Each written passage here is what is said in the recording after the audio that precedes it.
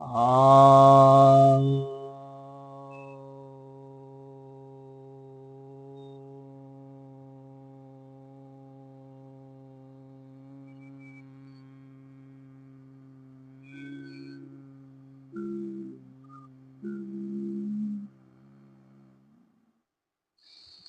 सभी भक्तजनों को सप्रेम नमन। तो आज मैं आपके समक्ष विज्ञान भैरव तंत्र के 111वें श्लोक, जो कि ध्यान विधि 88वीं है, 88, इसके ऊपर प्रवचन करने जा रहा हूँ। आपको पता है कि यह भगवती भैरवी और भगवान भैरव के मध्य संवाद है, जिसमें भगवान भैरव उपदेश दे रहे हैं ध्यान विधियों का। तो यहाँ पर वे कहते हैं, संप्रदाय ममम देवी शृणु सम्यक वदाम्यहम कैवल्यम जायते शद्धो नेत्रयो स्तब्ध मात्रयो। कह रहे हैं कि हे देवी, यह जो मैं सम्यक रूप से आपको कह रहा हूं, इसको आप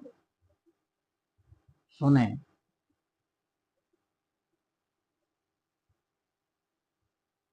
और यह जो मैं कह रहा हूं, यह एक संप्रदाय है,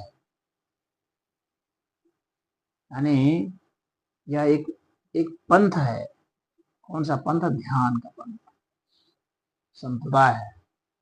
सम्यक प्रदीयते इति संप्रदाय, यानी सम्यक रूप से जो प्रदान किया जाता है, जो दिया जाता है, वह संप्रदाय कहलाता है। उसकी परिभाषा ऐसी। तो सम्यक रूप से जो मैं दे रहा हूं, जो मैं कह रहा हूं, यह ध्यान योग, यह ध्यान का जो संप्रदाय है,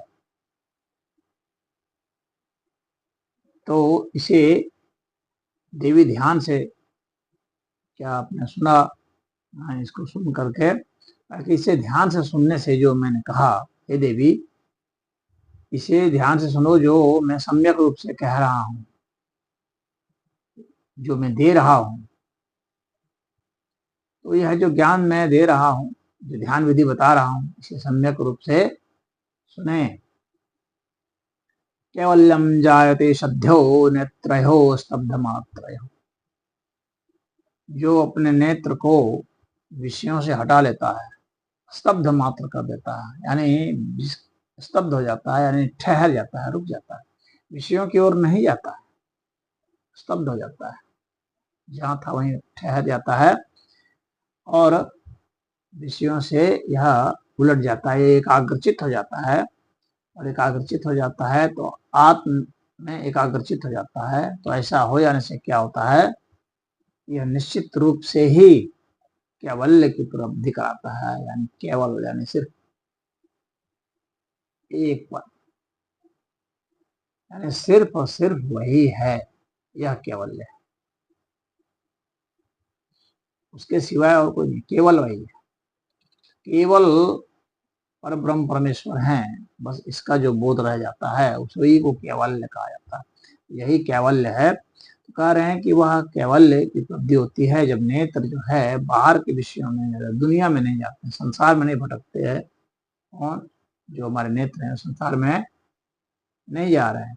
कहाँ जा रहे हैं? वो स्तब्ध हो जा रहे हैं, भीतर की ओर पलट जा रहे हैं, भीतर सिद्ध हो जा रहे हैं, अंतरात्मा में स्थित हो जा रहे हैं, वहां पर रुक जा रहे हैं, ठहर जा रहे हैं।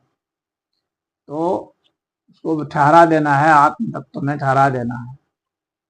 तो वैसे ठहर जाने से क्या होता है कि कैवल्य की उपलब्धि होती है, कैवल्य की उत्पत्ति हो जाती है वहां से। तो यह जो है यहाँ पर संदेश दिया जा रहा है, यहाँ साधकों को बताया जा रहा है कि जो नेत्र तुम्हारे विषयों में भटक रहे हैं, नेत्र के विषय, रूप, रूप जो है नेत्र का विषय है, कह रहे हैं उसमें जो भटक रहा है, हमारी आंखें कई तरह के दृश्यों में, चित्रों में घूम रहे हैं। तो हमारी आंखें जो इनमें घूम रही हैं भिन्न भिन्न विषयों में, उन विषयों से अपनी आंखों को मोड़ लो, उन विषयों से मोड़ लो।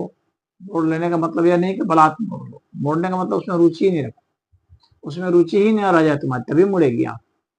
तभी मन मुड़ेगा, नहीं तो नहीं मुड़ने वाला। जबरदस्ती आंख बंद करने से विषयों से आंख नहीं मुड़ने वाला। जब हमारी रुचि ही नहीं रह जाए, जब हमें पता चल जाए कि इससे हमें कुछ ऐसा सार्थक नहीं मिल रहा है, हमने अनुभव कर लिया, जब हमने अनुभव कर लिया, हमने देखा कि इससे कुछ भी सार्थक नहीं मिलता है, तो फिर उसमें बहुत रुचि की क्या मतलब है।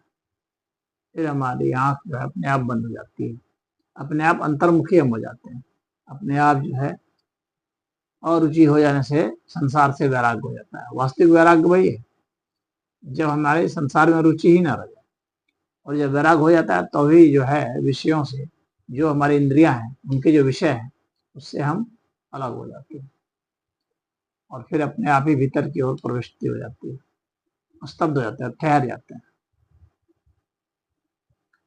और वैसी स्थिति में जब अंतरात्मा में स्थित हो जाते हैं तो ही कैवल्य की उपलब्धि होती है, यानी केवलपन की उपलब्धि होती है कि सिर्फ और सिर्फ वही, यानी यह अस्तित्व मात्र है, बस उस अस्तित्व मात्र का नाम, यह अनंत अस्तित्व मात्र है, इस अनंत का नाम ही ब्रह्म है।